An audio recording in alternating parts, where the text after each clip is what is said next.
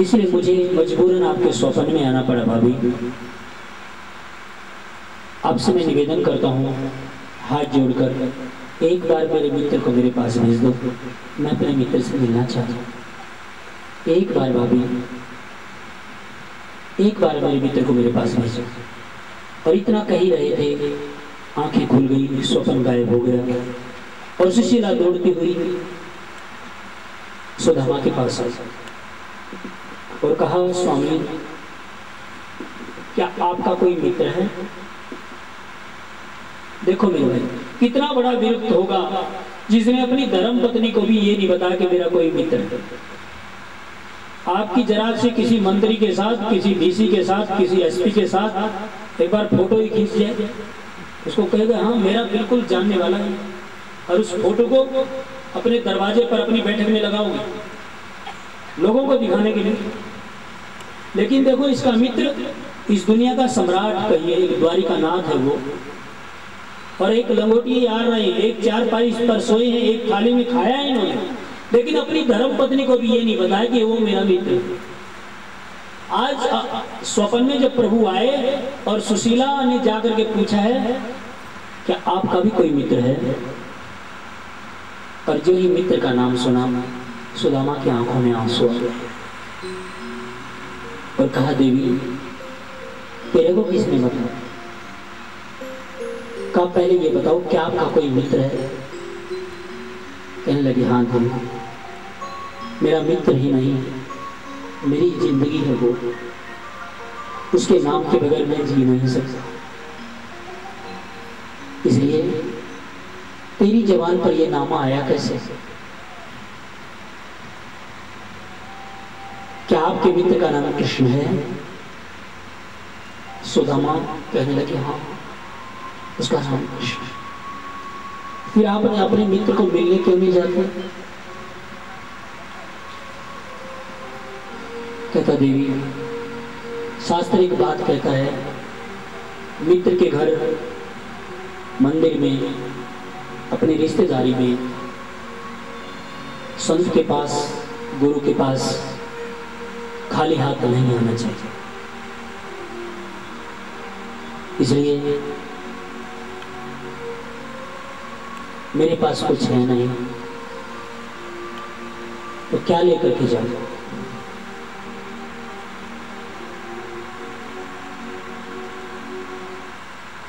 मेरे पास कुछ मेरे लेने के लिए। कार्यकर्ताओं से मेरा निवेदन, ये प्रसंग ऐसा है, आगे किसी को मत आने दीजिए।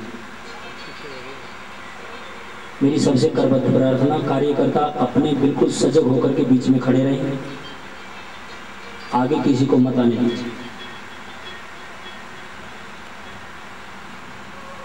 केवल एक दो व्यक्ति ही बीच में खड़ा रहे, ज्यादा खड़े भी ना हो, आगे कोई ना आए, अपने अपने स्थान को पीछे ही चुन लें। इसलिए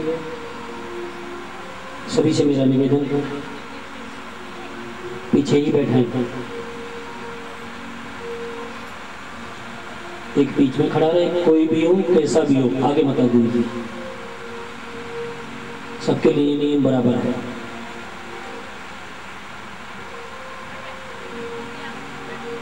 कहा, देवी, मेरे पास कुछ है नहीं,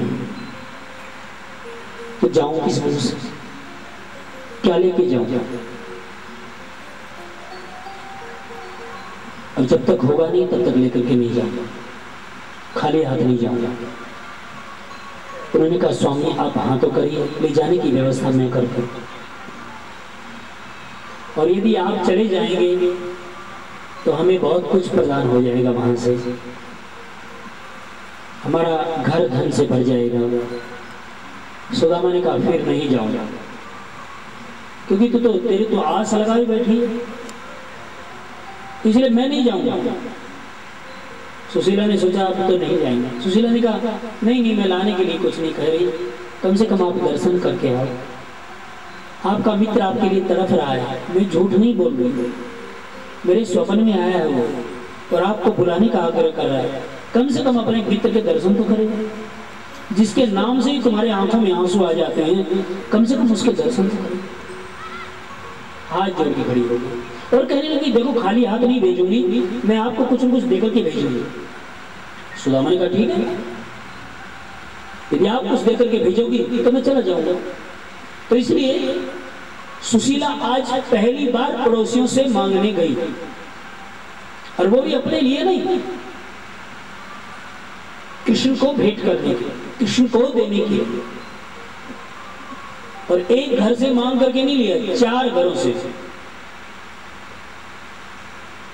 याचित्वा चतुरो मुष्टि विप्रान पृथक तंडुलान, 4 जगह से अलग अलग मांगा,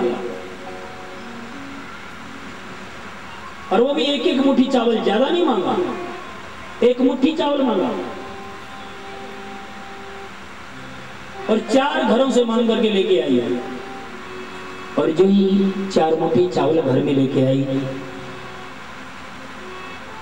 लाते ही बच्चों ने जो इन कच्चे चावलों को देखा, भूख के मारे मर रहे थे, एकदम रो उठे। माँ कहना चाहते हैं, लेकिन भूख के मारे माँ भी नहीं निकल रहा है। लेकिन आज सुशीला रो पड़ी अपने बच्चों की उस दशा को देखकर, और मन ही मन कहने लगी, इसमें से एक चावल का दाना भी नहीं दूंगी, क्योंकि ये मैं अपने ठाकुर के लिए लेके आई। बच्चे यद्यपि रो रहे हैं, मांग रहे हैं उसमें से, माँ कुछ तो दे दो, जरा सा तो दे दो। माँ मर रहे हैं, लेकिन कहा नहीं, इसमें से एक दाना भी नहीं दूंगी। आंखों से अश्रु धारा बह रही है, रोते रोते वो आंसू चावलों में गिर रहे हैं, लेकिन एक भी दाना अपने बच्चों को नहीं दिया। लाकर के सुदामा की धोती में बांधा है, एक फटे से कपड़े में बांधा है, और सुदामा को दे दिया और कहा, स्वामी जाओ, अब तो खाली नहीं है, अब तो कम से कम अपने मित्र के दर्शन कर आओ। ठीक है देवी, तुम कहती हो तो चला जाता है। और सुदामा चले वहां से, और ये कह गए, देवी अपना ध्यान रखना, क्योंकि मेरी जिंदगी का कोई भरोसा नहीं है। पहले इतना दुबला पतला हूं, पता नहीं वहां तक पहुंच पाऊंगा कि नहीं पहुंच पाऊंगा, और बहुत दिनों से भूखा भी हूं, और रास्ता लंबा है। इसलिए सुदामा वहां से चले, और चल करके चलते चलते कई महीने गुजर गए मेरे भाई। रास्ते में एक नदी आ गई, जंगल में। देखा इस नदी को कैसे पार करो, मेरे से पार नहीं होगी। इसलिए उस नदी में पानी पिया, मुंह हाथ धोया, और एक वृक्ष के नीचे बैठते ही ये कहने लगे, मेरे ठाकुर इतनी दूर तो उसके कहने से चल के आ गया हूँ, लेकिन आगे चलने की हिम्मत नहीं है, मैं आ नहीं सकता आपके पास। यदि आपने आना हो तो आ जाओ, अन्यथा मेरी चलने की कोई गुंजाइश नहीं है। इसलिए मेरे ठाकुर, मैं तो केवल आपके नाम के सहारे ही जीवित हूँ, तुम्हारी मर्जी, तुम आओ जब भला, और ना आओ तब भला। इतने कहते कहते उस चावल की पोटली को अपने सर के नीचे दबा करके लेट गए, और लेटते ही नींद आ गई। और जो ही इधर सुदामा सोए, उधर रात के 12 बजे एकदम अपने बिस्तर से मेरे ठाकुर खड़े हो गए। रुक्मणी अम्बा ने पूछा, स्वामी क्या हुआ? एकदम अचानक खड़े हो गए, लेकिन अपनी रुक्मणी धर्म पत्नी को भी ये नहीं बता कि मैं कहाँ जा रहा हूँ, किस लिए उठा हूँ। वहां से अंतर ध्यान हुए और सीधे वहीं आकर के प्रकट होकर के जहां पर सुदामा सोया हुआ है।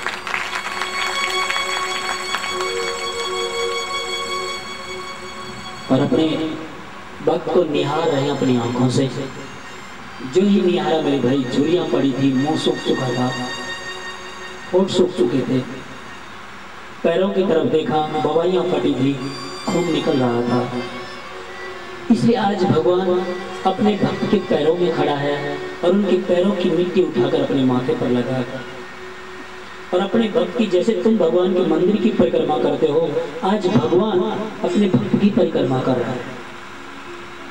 और परिक्रमा करके अपने भक्त को दोनों हाथों में ऐसे ही सोए हुए उठा लिया जैसे तुम अपने बेटे को सोए हुए उठा लेते हो, इस बिस्तर से उस बिस्तर पे लेटाने के लिए। वहां से अपने भक्त को उठाया और उठा करके समुद्र के किनारे पर ला करके सुला दिया। और जो ही समुद्र के किनारे सुलाया मेरे भाई, और सुला करके ठाकुर अंतर ध्यान हो गए। और जो ही सुदामा की आंख खुली, सुदामा को ऐसा लगा कि किसी ने मेरा अपहरण कर लिया। क्यों? वो सोए तो जंगल में थे और उठे समुद्र के किनारे। उन्होंने देखा पानी ही पानी चारों तरफ। या सोए थे जंगल में, भाई जंगल ही जंगल था, लेकिन ये पानी कहां से आ गया? लेकिन देखो भक्त की भावना। क्या कहते सुदामा? शायद मेरे ठाकुर ने कृपा कर दी। लेकिन कहा यहां तक तो ठाकुर ने कृपा खूब की, लेकिन इतने लंबे चौड़े समुद्र को कौन पार करेगा? इतने में मेरे ठाकुर ही मल्लाह बन के आ गए। कौन आ गए? हमारे ठाकुर ही मल्लाह बनकर किश्ती लेकर के आ गए और आवाज लगाई, अरे है कोई द्वारिका जाने वाला? सुदामा ने धीरे से कहा, भैया है तो सही, ये भी ले चलोगे तुम? तो हाँ हाँ बाबा बैठिए ना, बैठिए। कश्ती लगाई नजदीक और सुदामा को बैठा लिया। और मेरे ठाकुर, सुदामा बैठा है पीछे और हमारे भगवान चप्पू चला रहे। वाह रे क्या भक्त वत्सलता है। भक्त बैठा है पीछे और भगवान उसके ड्राइवर बने हुए और चप्पू चला रहे हैं। पर चलते चलते कह रहे, बाबा कहाँ जाओगे? कि भैया द्वारिका जाना है। क्यों? द्वारिका में क्या काम हो गया? भैया जो द्वारिका के नाथ है ना, वो हमारे बचपन के मित्र हैं। और उस मल्लाह ने उसकी तरफ देखा, वो द्वारिका का नाथ का नाम ले रहा है और धोती भी 150 जगह से फटी हुई है और जा रहा किससे मिलने? राजा से। हाँ? कहते बाबा आपकी जेब में कोई पैसा वैसा है? सुबह सुबह ब्रह्ममुहूर्त का टाइम है, बोहनी का टाइम है, कुछ पैसा है? सुदामा ने कहा, भैया सो कोई चक्कर नहीं, मेरे को उतार दे, उतार मेरे को। लेकिन मेरे ठाकुर कहते नहीं बाबा, आप जैसे को तो मैं बगैर पैसे ही पार लगाता हूँ, चलो चलते हैं। और धीरे धीरे बातें करते कराते समुद्र द्वारिका के दरवाजे पर छोड़ दिया। जाओ बाबा, ये रहा द्वारिका का दरवाजा। उतर करके मेरे ठाकुर अंतर ध्यान हो गए और सुदामा चला द्वारपालों की ओर। और द्वारपालों ने जो ही सुदामा की जर्जर अवस्था को देखा, कांप गए द्वारपाल। इतना भी कोई दुर्बल हो सकता है?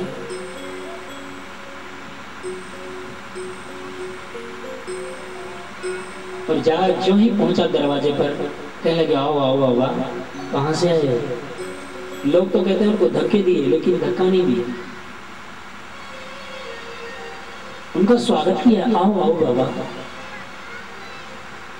कैसे पता है? किससे मिलना है? सुदामा ने कहा, भैया ये आपके जो द्वारिका नाथ है ना, वो हमारे कृष्ण हैं। तुम्हारे द्वारिका नाथ हैं, लेकिन हमारे वो कन्वा हैं, हमारे बचपन के मित्र हैं, वो हम मिलना चाहते हैं उनसे।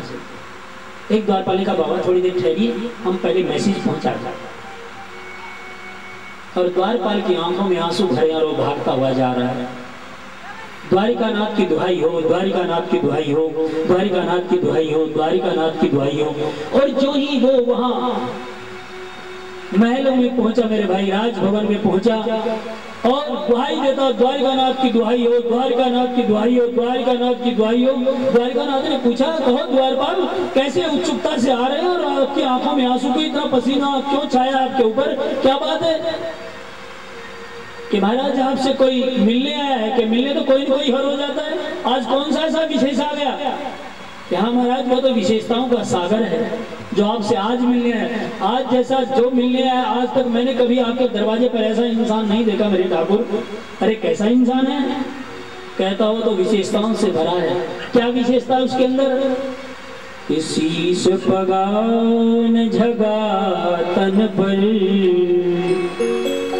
अरु जान को आई बसे के ही ग्रामा। धोती फटी सी लटी दुपटी अरु, पायल पाहन की नहीं सामो। द्वार खड़ो बिज दुर्बल रहो चकिसो वसुधाभिरामा। और पूछत दीन दयाल को नाम, बतावत आपन नाम सुदामा। मेरे ठाकुर वो तो विशेषताओं का सागर है। कैसे कि शीश पगान झगा तन पर। मेरे ठाकुर उसके शीश पर कोई पगड़ी नहीं है, उसके तन पर कोई कुर्ता नहीं है, कोई वस्त्र नहीं है। एक धोती पहने हुए मेरे ठाकुर, वो भी 150 जगह से फटी हुई। और ये भी नहीं जानते, हमें तो उसकी अवस्था को देखकर, उसकी दशा को देखकर ये भी पूछना भूल गए कि वो कहां से आया है।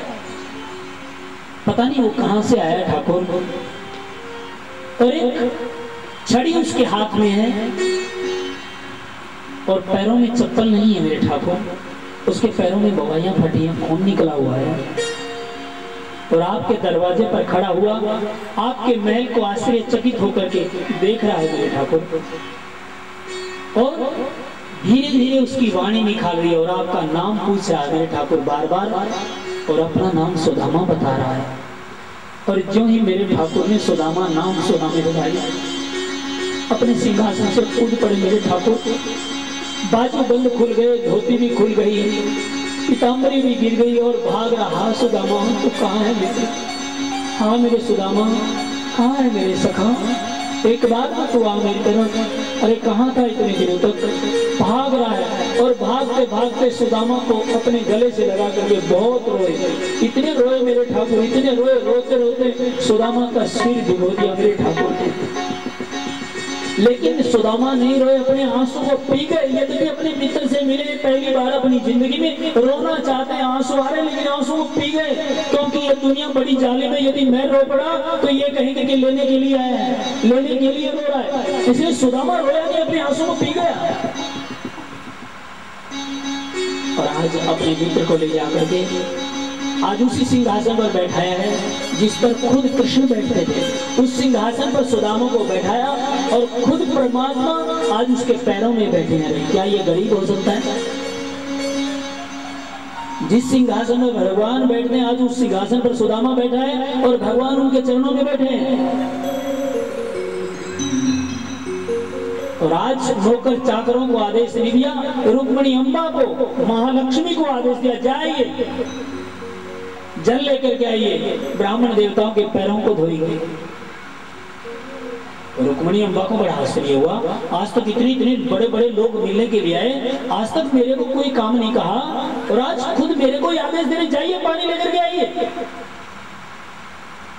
और मेरे भाई बहन, लक्ष्मी जल लेने गई है और मेरे ठाकुर ने सुदामा के चरणों में प्रांत रखी है पैर धोने के लिए। लेकिन जो ही प्रांत रखने लगे, पैरों की तरफ नजर चली गई। पैरों में कांटे चुभे थे मेरे भाई, खून निकल रहा था। इसलिए उस सुदामा की पीड़ा को देख करके मेरे ठाकुर रो उठे। जैसे लक्ष्मी के हाथ का जल भी उचित नहीं समझा, ऐसे दिव्य महापुरुष के लिए जैसे गंगा जल भी उचित नहीं समझा, अपनी आंखों से ही वो दिव्य जल निकाल दिया और अपने आंसुओं के माध्यम से सुदामा के पैरों को धो रहे हैं मेरे ठाकुर।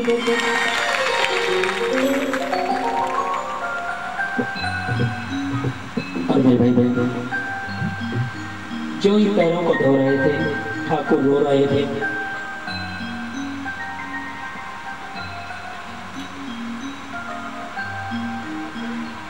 सुदामा बार बार रोक रहे हैं, अरे कन्हैया तुम्हें क्या हो गया? अरे देखना, ये सारे मंत्रिमंडल आपको देख रहा है, सारी सभा आपको देख रही है। नहीं कन्हैया, रोते नहीं कन्हैया।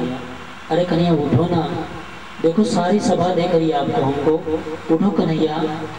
इतने में रुक्मिणी अम्बा आई है और रोते हुए अपने पति को देख करके एक ही बात कही है, स्वामी यदि आप ऐसे ही रोते रहोगे तो ब्राह्मण देवता बहुत भूखे हैं, तो बेचारे ये भूखे ही रह जाएंगे। इसलिए कम से कम इनके पेट की ओर तो देखो, इनका पेट पीठ से मिल गया है, इसलिए इनके भोजन की भी सोचो थोड़ा। उठो। हाँ हाँ देवी, वाकई जाइए, मेरे ठाकुर के लिए, हमारे सुदामा के लिए भोजन लगाइए। और 2 थालियों में भोजन लगवा करके लाई है लक्ष्मी, लेकिन एक थाली को वापस ही भेज दिया। और आज अपने हाथ से सुदामा को भोग लगा रहे हैं। कौन? भगवान। सोचो मेरे भाई बहन, कितना दयालु है मेरा ठाकुर। अरे तुम क्या पहचानोगे मेरे ठाकुर को? तुम उस ठाकुर के छोटे से स्वरूप जो तुम्हारे अंदर बैठा है उसको नहीं पहचान पाते, उस मेरे ठाकुर की दयालुता को क्या पहचानोगे आप तो पहचान सकते हो केवल अपनी ममता को, कब अपने पति को, अपने बेटे को, अपनी पत्नी को, अपने घर को, अपने दुकान को, मकान को, इतना तो पहचानना जानते हो। इससे आगे कुछ और भी है, उसके बारे में कुछ नहीं जानते आप लोग। अरे पहचानना है तो उसकी तरह पहचानिए। देखिए आज भगवान भी उनकी गुलामी कर रहे हैं। कैसे दयालु होंगे मेरे भाई वो। और अपने हाथ से भोग लगा रहे हैं। कौन? भगवान। लेकिन सुदामा शर्मा रहे सारी सभा को देख करके। जो ही अपने मित्र को शर्माते हुए देखा, अपने मित्र को उठा लिया, राजा सिंहासन से और रुक्मिणी के महल में ले गए और वहां जाकर के अपने मित्र के पैर दबा रहे हैं। और जब लक्ष्मी ने पैर दबाते हुए देखा, लक्ष्मी खुद खड़ी हुई और अपने हाथ से पंखा चल रही है। जिसके नारायण पैर दबा रहा हो और लक्ष्मी पंखा चल रही हो, तो क्या वो गरीब रह सकता? लक्ष्मी तुम्हारे तो आकर के पैर नहीं दबाती है, तुम्हें तो पंखा नहीं चलती है, लेकिन जिसके पैर दबा रही है वो, क्या वो गरीब हो सकता है? हाँ? और सारी रानियां भगवान के उनके दर्शन के लिए आ रही हैं, उनसे आशीर्वाद ले रही हैं। लोग राज भगवान को कहना पड़ा, विप्र प्रसादात धरणी धरो हम। मैं इन्हीं ब्राह्मणों के आशीर्वाद से इस धरती पर आया हूँ। और विप्र प्रसादात कमलावरो हम, और इन्हीं के आशीर्वाद से मैं लक्ष्मी का स्वामी बना हूँ। और विप्र प्रसादात श्री राम राम, इन्हीं के आशीर्वाद से मेरा राम नाम पड़ा है। और विप्र प्रसादात विजयी भयो, और इन्हीं के आशीर्वाद से मैं हर जगह पर विजय प्राप्त करता हूँ। और मेरे भाई बहन, आशीर्वाद दिलवाने के बाद आज भगवान ने सुदामा से पूछा है, कहो सुदामा, आप तो बचपन से ही विरक्त रहे हो, आप ऐसे ही विरक्त हो, कोई शादी वादी भी की है? और सुदामा शर्मा गए कि देखो इस इतनी भीड़ में क्या बात पूछी, इसने शादी की बात ही पूछने को और बात नहीं पूछने को मिली। कहते भैया आप बचपन से ही बैरागी रहे हो, कभी ऐसे फक्कड़ की तरह तो नहीं घूम रहे, कोई शादी वादी भी की है कि नहीं की है? कहता भैया कृष्णा, शादी की है माँ बाप के कहने से, और तेरी भाभी का नाम है सुशीला। जो ही अपनी भाभी का नाम सुना भगवान ने, तो एक बच्चे की तरह मचल गए और कहने लगे, अच्छा मेरी भाभी का क्या नाम बताया? सुशीला। तो बताओ मेरी भाभी ने मेरे लिए क्या भेजा है?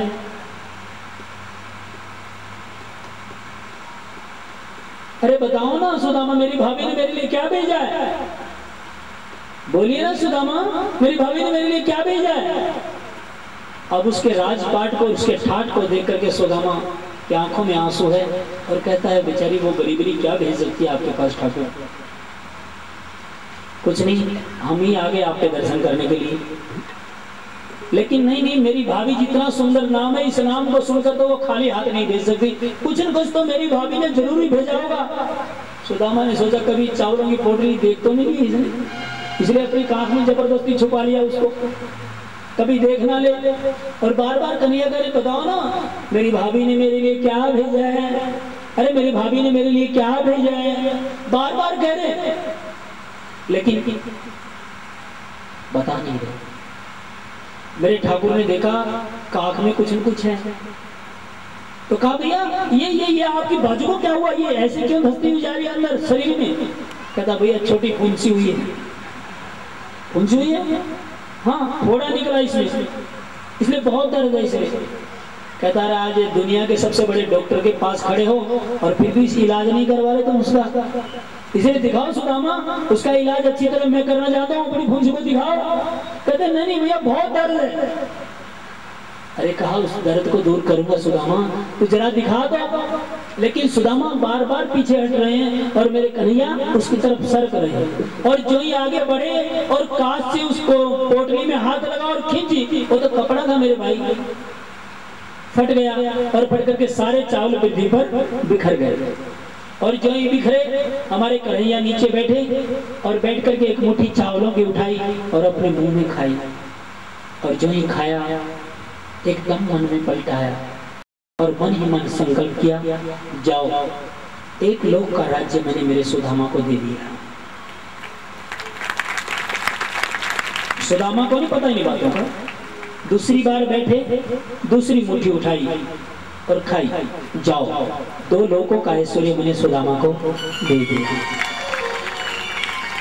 और जो एक तीसरी बार बैठे और तीसरी मुट्ठी उठाई और खाने के लिए तैयार हुए तो लक्ष्मी ने बाजू पकड़ी, अर्थात रुक्मिणी ने बाजू पकड़ी और आंख ही आंख में इशारा किया, इसी को सब कुछ दे दोगे तो हम क्या भूखे घूमेंगे? हाँ, हमारा भी ख्याल रखो। इतना लंबा चौड़ा परिवार इकट्ठा करा, ये सारी दुनिया, एक को ही सब कुछ दे डालोगे तो सारी दुनिया का क्या होगा, हमारा क्या होगा? और तुम जानते नहीं यही वही भृगुवंशीय ब्राह्मण है जिस ब्राह्मण ने आपकी छाती में लात मारी थी। तुम जानते नहीं, इसको पहचानते नहीं। सुदामा ने भी आंखों ही आंखों में डांट लगा कि तुम जानती नहीं, यही वही ब्राह्मण है जो तुम्हारी कुंडलपुर से तेरी चिट्ठी लेकर के आया था, और यदि ये चिट्ठी नहीं लेकर आता तो तू आज पटरानी बनकर खड़ी नहीं होती। ये वही ब्राह्मण है। और फिर ऊपर से दिखावे के रूप में करिए, स्वामी इस प्रसाद को आप ही खा जाओगे तो हमारे लिए भी कुछ प्रसाद बचना चाहिए, हम भी तो कुछ रख देंगे। देखो, और आज भगवान ने कहा बोलते हुए, अरे क्यों रस में विश्वाम कियो, मोही और ने खान दियो एक पंका, विप्रही लोक तृतीयक दे, करी तुमने अपने मन शंका। अरे मोहे जिमाए भली विधि सो, जग में कहूँ को रह जाते हैं रंका, और लोग कहें हरि मित्र दुखी, अरे लोग कहें हरि मित्र दुखी, और हम सोन सहो यह जात कलंका।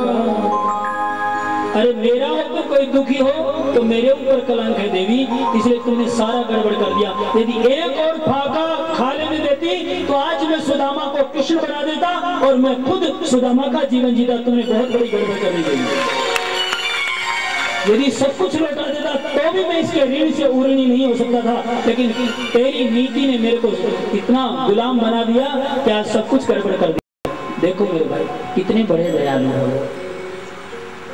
सच में वो इतना बड़ा दयालु है। मैंने बड़े बड़े गरीबों को देखा है उसके चरणों में लेटते हुए, और यदि सही समर्पण करके वो लेटे हैं, आज तुम्हारी दुनिया की शान बने हुए हैं। कितनी हमारी छोटी सी उम्र है, इस छोटी सी उम्र में हमने बड़े बड़े गरीबों को देखा है, और वही गरीब आज इतने बड़े हो गए उसको जीवन समर्पित करके कि सारी दुनिया उनके मुंह की तरफ देख रही है कि ये कल का गरीब आज इतना बड़ा धनवान कैसे हो गया। तो मेरी की दयालुता का, मेरे ठाकुर की दयालुता का कहां तक वर्णन करेंगे? जितना वर्णन करें उतना ही थोड़ा है। एक बार तुम उसके बन जाओगे, और एक बार उसके यदि बन जाओगे और बन करके उसके पास जाकर के एक बार कह दो, क्या मंदिर में रहते हो भगवान, कभी बाहर भी आया जाया करो, मैं रोज तेरे दर आता हूँ, मैं रोज तेरे दर आता हूँ, कभी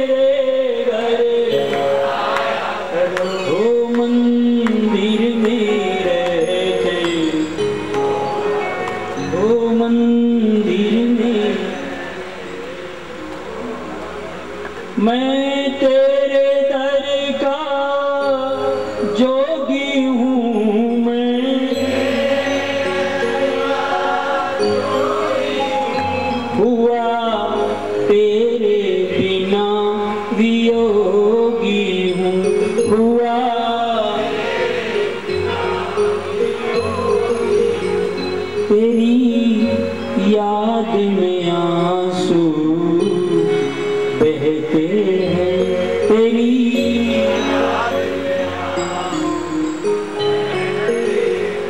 इतना ना मुझे तड़पाया करो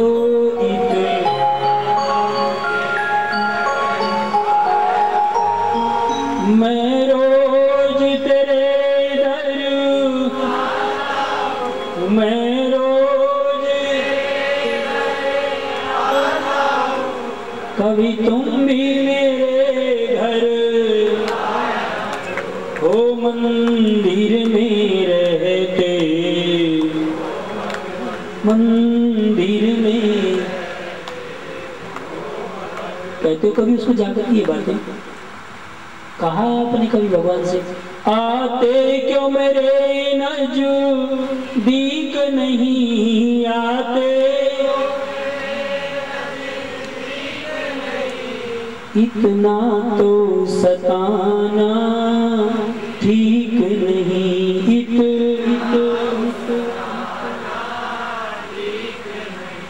मैं दिल से तुमको चाहता हूँ मैं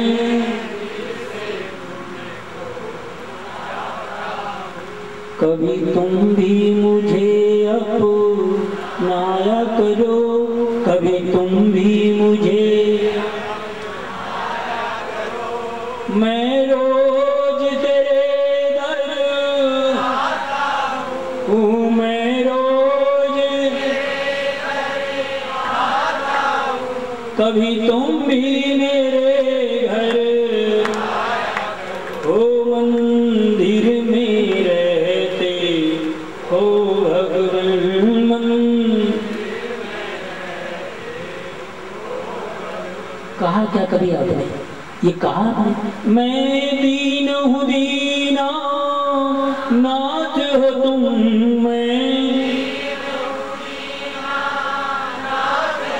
अरे कम से कम आज तो कह लो कभी ना कहा हो शायद आज ही तुम्हारी पुकार सुन लो मैं दीन हूँ दीना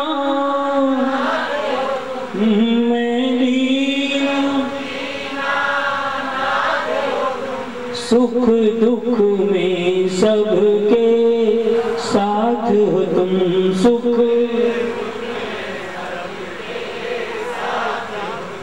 मिलने की चाह खामोश करे मिल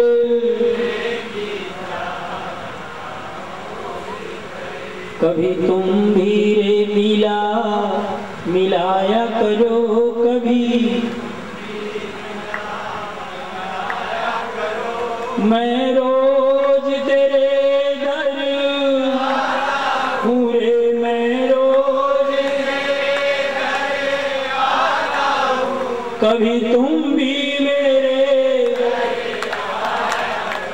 कभी तुम भी मेरे घर हो मंदिर में रहते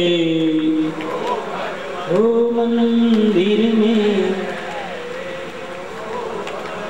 कभी बाहर भी आया कभी बाहर भी आया मैं रोज पूरे मैं रोज कभी तुम भी मेरे हो मन और एक बार तुमने ये बात कह दी तो बढ़ाया हाथ है जिसने तेरे दरबार में आकर बढ़ाया हाथ है जिसने तेरे दरबार में आकर तुझे देते नहीं देखा मगर झोली भरी देखी सच में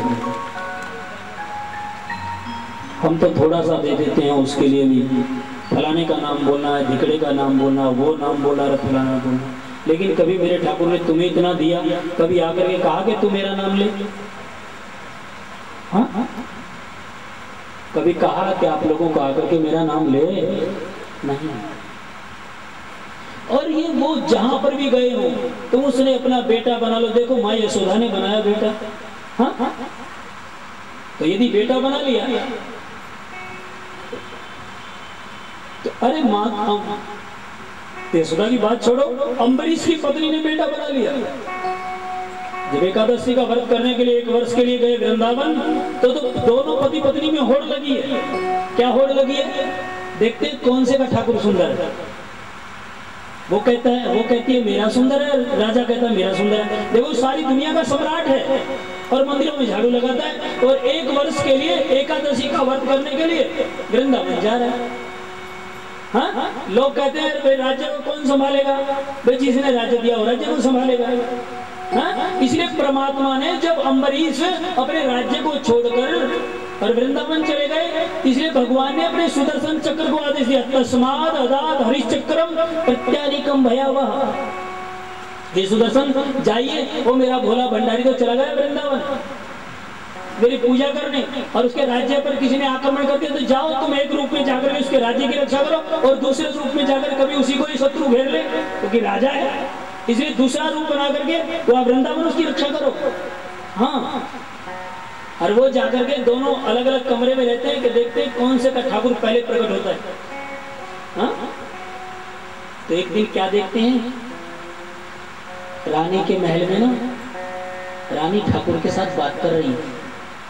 अपना बेटा बना रखा था, तो ठाकुर उठा हुआ है, तो अम्बरीश की पत्नी माँ बनी हुई है, इसलिए माँ करिए बेटा लो आज तेरे पैरों में पायलिया बांधते, मेरे कन्हैया को कटी काचनी पहनाती, मेरे ठाकुर को मैं कंगन पहनाती हूँ और मोर मुकुट पहनाया, अपने ठाकुर को काजल लगाया, और कहती बेटा कम से कम जैसे माँ यशोदा के सामने नाचता था आज मेरे सामने नाच।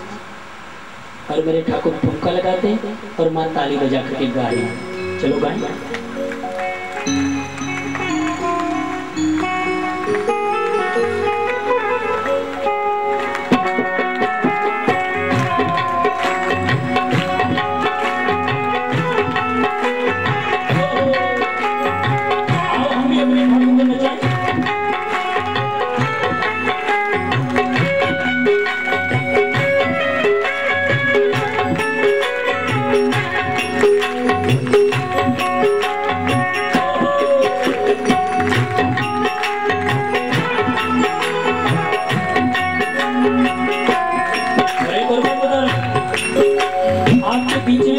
भोला भक्त आया हूँ हमारा, देखो राम निवासी जो सीधे खड़े होकर के नाचते, छोटा मोटा सेठ मत समझ लेना उसको, कम से 1.25 लाख रुपया तो उसने आश्रम में दे रखा, ध्यान रख लेना। तो कोई साधारण आदमी नहीं है जो तू साधारण आदमी समझ रहे हो, नहीं बहुत बड़ा सेठ है वो।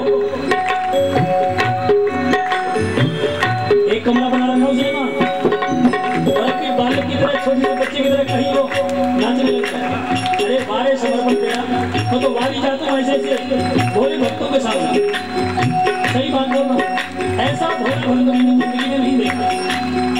या तो भगवान मिलते हैं ऐसों को, और या भगवान मिलते हैं बिल्कुल बहुत बड़े विद्वान, या तो मिलेंगे बिल्कुल मूर्ख को, क्योंकि उसको जो रास्ता दिखाया जाए उसी रास्ते पर चलता रहता है, और यदि उस रास्ते पर चल पड़ा तो भगवान उसके पास आएंगे, सबरी की तरह, मीरा की तरह, हाँ सुदामा की तरह।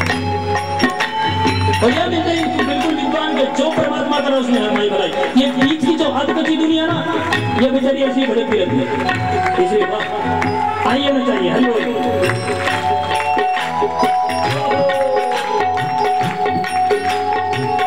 भाई अपने हाथों को कम से कम हाथ करना चालू करें।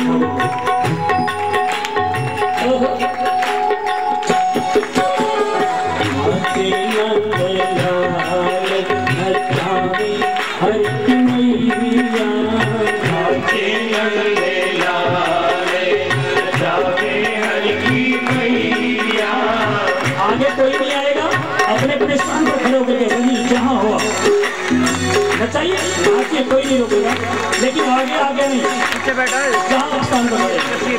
नाचे नंद लाल नचावे हरि मैया, नाचे नंद लाल नचावे हरि मैया, नचावे हरि मैया, नचावे हरि मैया, नचावे हरि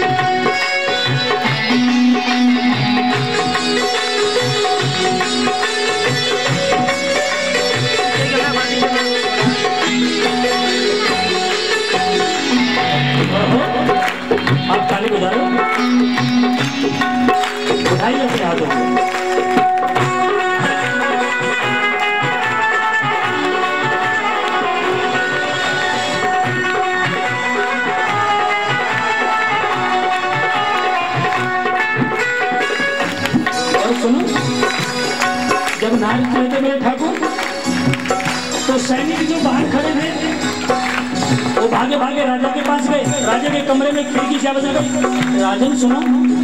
अरे क्या बात है, खिड़की चुप कर रहे हो रात को? अरे आप सो रहे हो? आपकी पत्नी के पास रात को कोई है, कोई परपुरुष है? अरे वहां कौन आ गया कि नहीं कोई है? वो बातें कर रहे हैं अंदर। राजा ने सोचा कौन आ गया रात को। राजा धीरे से दरवाजा खोल के बाहर आए और धीरे से जंगली रानी का दरवाजा खोल मेरा ठाकुर ठुमका लगा रहा था और उसकी रानी बाहर गई।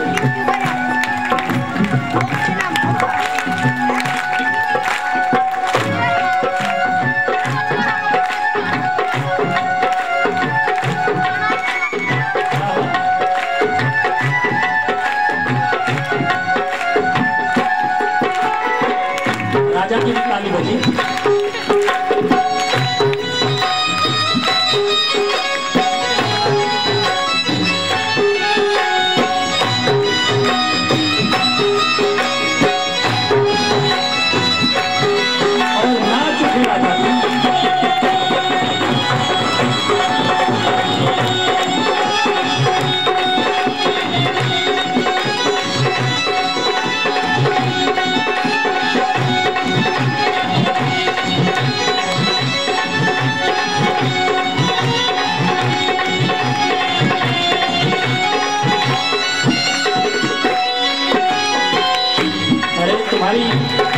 तालियों की गड़गड़ाहट को देखकर के देखो आदर्श नगर निवासी आ गए हमारे स्पीच और हमारे बीच में पहुंचे राधेश्याम गुप्ता, ललित कुमार सारे हमारे बीच में पधारे हैं। आइए उनका भी ठुमका देख लीजिए, वो भी नाचेंगे और क्या लेट आए हैं तो उसकी पूर्ति ठुमके से करेंगे। आज वही से नाचना शुरू कर ऐसे थोड़ी आएगा।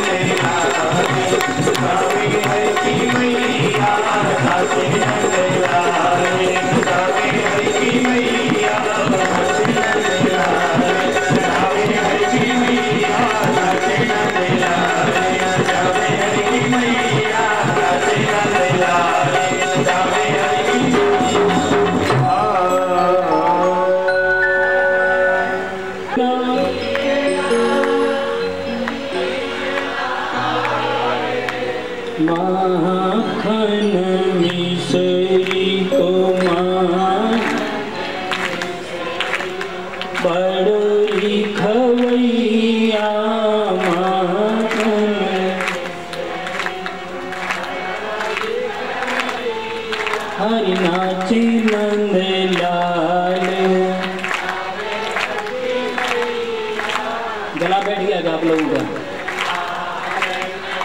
थोड़ी आवाज निकालो। हरि नाचे नंद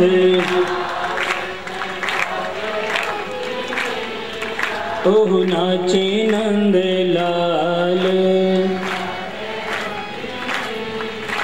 नचावे हरि की मैया, नचावे हरि की हरि नाचे नंद।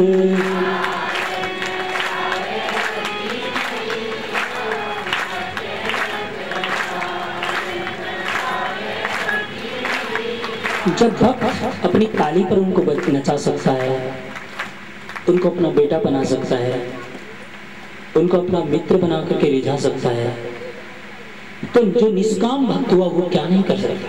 उसको तो कामना है बेटा बनाने की, उसको तो कामना है मित्र बनाने की, उसको कामना है अपना स्वामी बनाने की, लेकिन जो निष्काम भक्त होता वो क्या नहीं कर सकता? सोचो, ये निष्काम भक्त खड़ा है यहाँ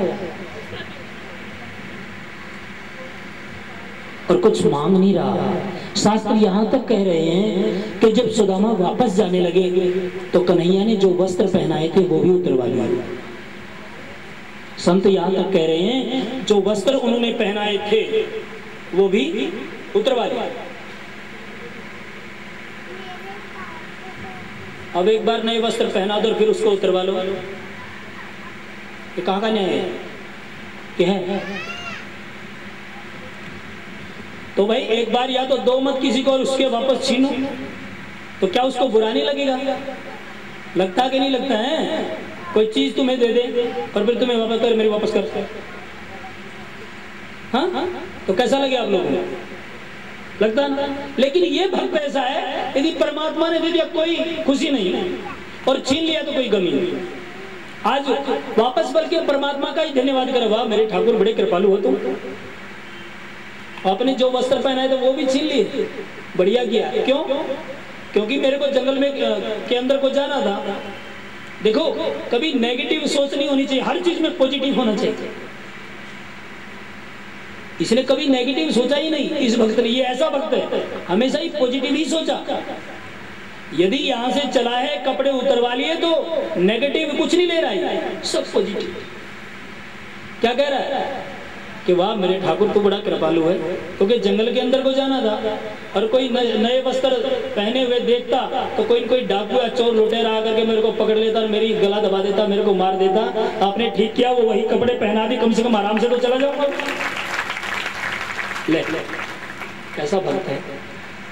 और उधर मेरे ठाकुर ने जो ही संकल्प करते गए, वैसे वैसे सुदामा पूरी तैयार होती चली गई। उधर सुदामा पूरी तैयार हो गई विश्वकर्मा के द्वारा, और जाते जाते 6 महीना लग गए। और 6 महीने तो सुशीला, क्योंकि जब ये आता है ना तो थोड़ा ये भी लेके आता है, थोड़ी हो गई मोटी। अब बेचारा सुदामा तो वैसे का वैसा है, जा करके गया, द्वारपाल ने रोक दिया, कहाँ जा रहे हो? कहता भैया अंदर जा रहा हूँ। भागो भागो। कहता भैया यहाँ तो मेरी झोपड़ी थी। कहता ये सुना तूने, ये सुदामा का महल है। सुदामा ने सोचा सुदामा तो मैं ही हूँ। फिर मन ही मन सोचा कभी भाई कोई सेठ सुदामा आ गया हो, कोई एक नाम का दूसरा भी तो हो सकता है, शायद कोई सेठ सुदामा आ गया हो और उसने मेरी झोंपड़ी को तोड़ करके अपना महल खड़ा कर लिया हो। कहता भैया एक बार तुम्हारे सुदामा से मिलवा तो दो। कहते वो तो द्वारिका गए हैं। सुदामा ने सोचा भैया द्वारिका तो मैं गया। फिर सोचा भैया कोई अच्छी हेलीकॉप्टर वगैरह ले रखा होगा, वो शायद सुदामा चला जाता हो, बड़ा सेठ है, हर रोज ज्यादा चला जाता हूँ, शायद चला गया हो। जाकर के सुदामा ने कहा भैया कम से कम उससे मिलवा तो दो। अरे मिलेगा कैसे जब वो यहाँ ही नहीं। फिर द्वारपालों के साथ ये वार्ता हो रही थी। इतने में दरवाजे के बाहर से सुशीला ने ताका, देखा तो मेरे स्वामी खड़े हैं। वो तो अपना श्रृंगार करके और आरती का थाल लेकर के आई, और जो ही आरती का थाल लेकर के आई और सुदामा के पहचान में नहीं आ रही। क्यों क्यों? खूब दास दासियां पीछे पीछे और वो महारानी की तरह आगे आगे, और आरती का थाल। उसने सोचा पता नहीं क्या बवाल आ गया, सुदामा वापस चलने लगा। आवाज लगाई स्वामी तुम कहाँ जा रहे हो? और सुदामा ने मुड़ के देखा, सुशीला तुम क्या? हाँ ठाकुर ने कृपा कर दी कि तुम पर तो खूब कृपा करी, मैं तो वैसे का वैसा ही हूँ। देखिए मेरे भाई,